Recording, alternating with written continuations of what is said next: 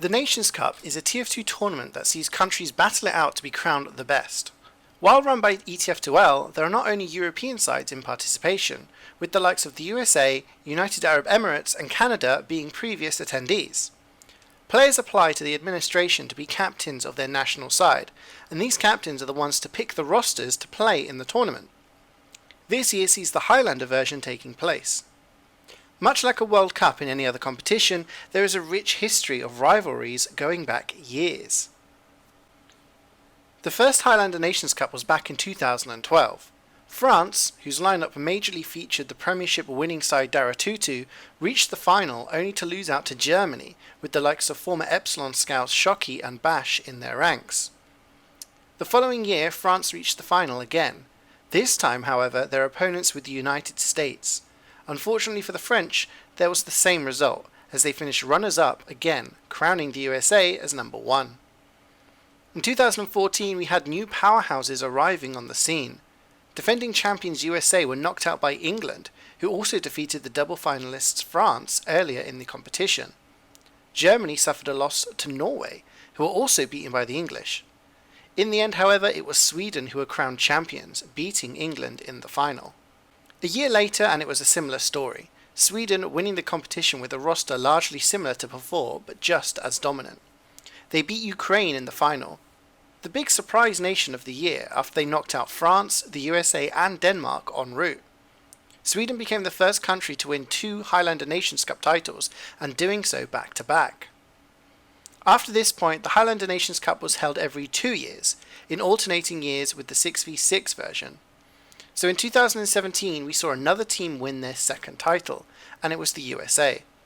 Up against Denmark in the final, they managed to secure the victory to tie up with Sweden as the most successful countries in the competition. We're now in 2019 and another Highlander Nations Cup has just kicked off. So what are the chances of the big nations? Will we see Sweden or USA win a third title? Will it be the familiar faces in the latter stages? Or will a new country surprise and come through? Let's take a look at some of the rosters and decide for ourselves. First off, England. For me, they're the hot favourites for the tournament, with a combination of active players, the majority played in the most recent Premiership season, and top sixes players, such as Tiger, Eames and Seeds.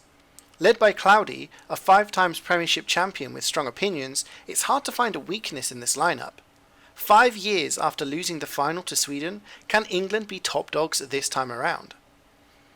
Defending champions USA will surely be among the contenders. With Sweden not participating in the Cup this time around, they could become the first country to win a hat-trick of titles. The proposed lineup sees the return of the likes of Karl, Bohr and Spamfest, all who helped the States win back in 2017. However, due to other commitments, the roster is not set in stone. Rather, it's a case of who is able to play. Will this unstable roster be the downfall of the Americans? The losing finalists from the last competition are back again, and perhaps with a point to prove.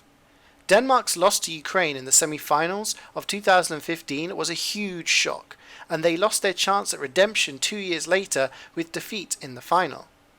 The usual faces are back. Led by 6 times Premiership winner Toast, he's joined by a host of talent, ranging from Sevens the Lash and LEGO legends Dr. Phil and Zen. Do the Danes have enough left in the tank to make it third time lucky?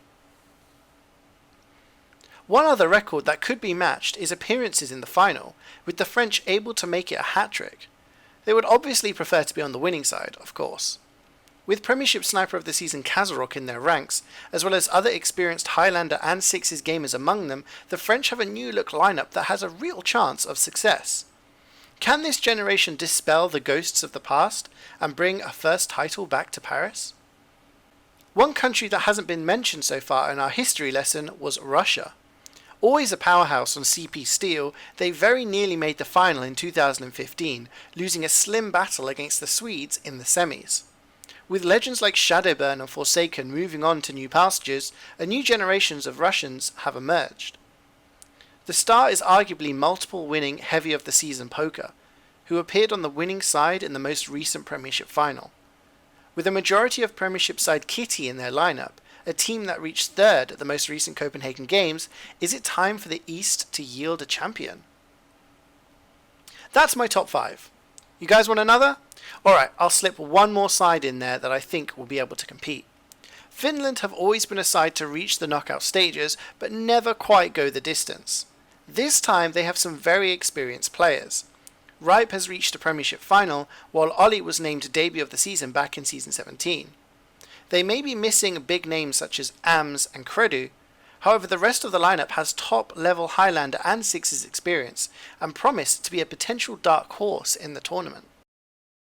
With the group stage already underway, the action has provided some interesting moments, such as defending champions USA dropping points to Poland. What do you all think? Do you agree that these 6 teams have the best chance of becoming eventual champions? Or is there another team I've missed out that you think could best them all? Let me know what you think in the comments, and don't forget to catch all the action over on Critscast. Thanks for watching everyone, take care, and I'll see you next time.